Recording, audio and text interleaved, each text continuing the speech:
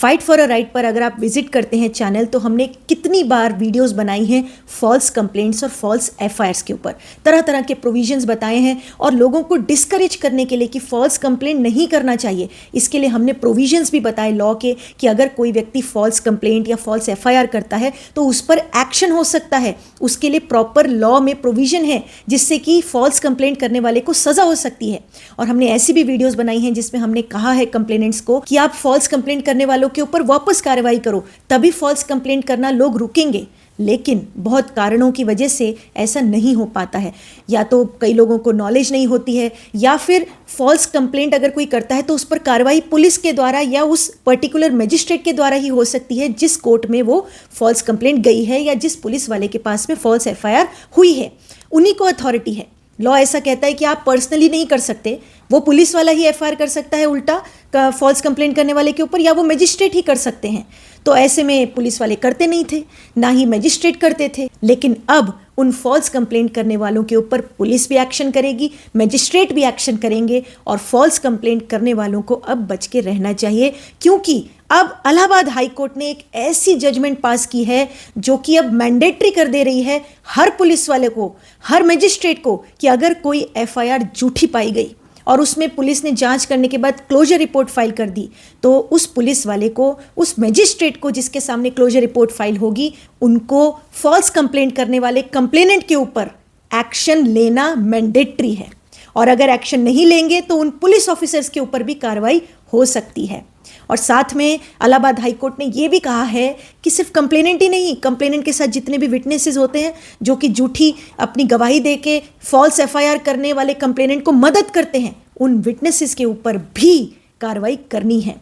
ये लॉ पहले से है, आईपीसी में पहले से था, नया बीएनएस बन गया, बीएनएस में भी वो सेक्शन इंक्लूड किया गया है। लॉ पहले से था लेकिन वो फॉलो नहीं होता था, परंतु अब वो फॉलो होगा क्योंकि इलाहाबाद हाई कोर्ट की ये जजमेंट आई है, अभी रिसेंट ही आई है। उसका नाम मैं आपको बताती हूँ, Ume Farwa versus state of Uttar Pradesh and another.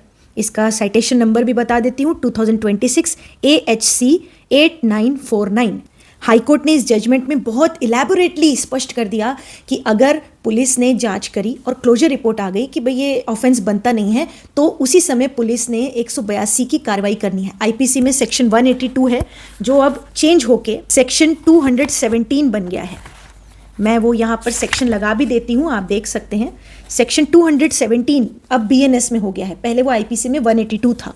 उस सेक्शन में लिखा है false information with intent to cause public servant to use his lawful power to injury of another person. इसमें सज़ा है कि 1 साल तक की सज़ा हो सकती है। साथ ही में एक और सेक्शन था आईपीसी में 177 जो कि अब सेक्शन हो गया है 212। उस 212 सेक्शन में है फर्निशिंग फॉल्स इन्फॉर्मेशन।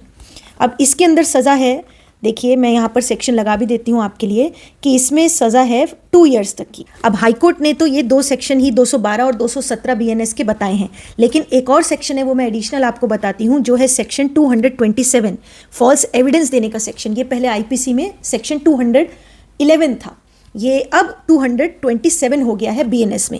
इसमें सज़ा ज़्यादा है। इसमें क्या सज़ा है कि अगर कोई व्यक्ति फॉल्स एविडेंस देता है किसी को झूठा फंसाने के लिए, तो ऐसा व्यक्ति जो फॉल्स एविडेंस देता है उसकी फिर पनिशमेंट सेक्शन 229 में दी है, जिसमें 7 साल तक की सज़ा दी गई है। सेक्शन 229 ऑफ बीएनएस, नया जो बीएनएस आया है, 7 साल तक की सज़ा है। यानी अब फॉल्स एफआईआर करने वाले, फॉल्स कंप्लेंट करने वाले, फॉल्स एविडेंस देकर किसी को झूठा फंसाने वाले, झूठे केस में फंसाने वाले लोगों को अब बच के रहना चाहिए। अब उन्होंने फॉल्स कंप्लेंट करने की नहीं सोचनी चाहिए। क्यों? क्योंकि अब उनके ऊपर कार्रवाई होगी, और पुलिस ने अगर नहीं की तो पुलिस के ऊपर भी एक्शन होगा अगर कार्रवाई नहीं की। और हाईकोर्ट ने तो ये भी बोला है कि मजिस्ट्रेट के सामने जब क्लोजर रिपोर्ट आएगी तो मजिस्ट्रेट ने ये इंश्योर करना है कि क्या पुलिस वाले ने कार्रवाई की झूठा कंप्लेंट करने वाले के ऊपर, और अगर मजिस्ट्रेट ने भी ये चीज़ फॉलो नहीं करी तो मजिस्ट्रेट के ऊपर भी कंटेम्प्ट हो सकता है। तो ये इलाहाबाद हाई कोर्ट की बहुत अच्छी जजमेंट है। जिनको पूरी पढ़नी है मैं डिस्क्रिप्शन में उसका लिंक डाल दूंगी, तो आप पूरी जजमेंट पढ़ सकते हैं। और हालांकि ये इलाहाबाद हाई कोर्ट ने पास की है जजमेंट, तो ये उत्तर प्रदेश के स्टेट के लिए है, लेकिन फॉल्स कंप्लेंट करने वाले तो डिस्करेज यहाँ से भी होंगे, क्योंकि अगर ये चीज़ फॉलो होने लग गई है तो फिर सब जगह की पुलिस ने इसको फॉलो करना चाहिए, क्योंकि लॉ तो लिखा है लेकिन फॉलो नहीं होता था। हम साथ में ये भी उम्मीद करते हैं कि सुप्रीम कोर्ट के सामने भी कुछ ये मैटर, इस तरह का मामला आ जाए कि सुप्रीम कोर्ट ऐसा पूरे देश के सभी पुलिस वालों और सभी मजिस्ट्रेट्स को सिमिलर टाइप ऑफ ऑर्डर कर दे जो इलाहाबाद हाई कोर्ट ने किया है।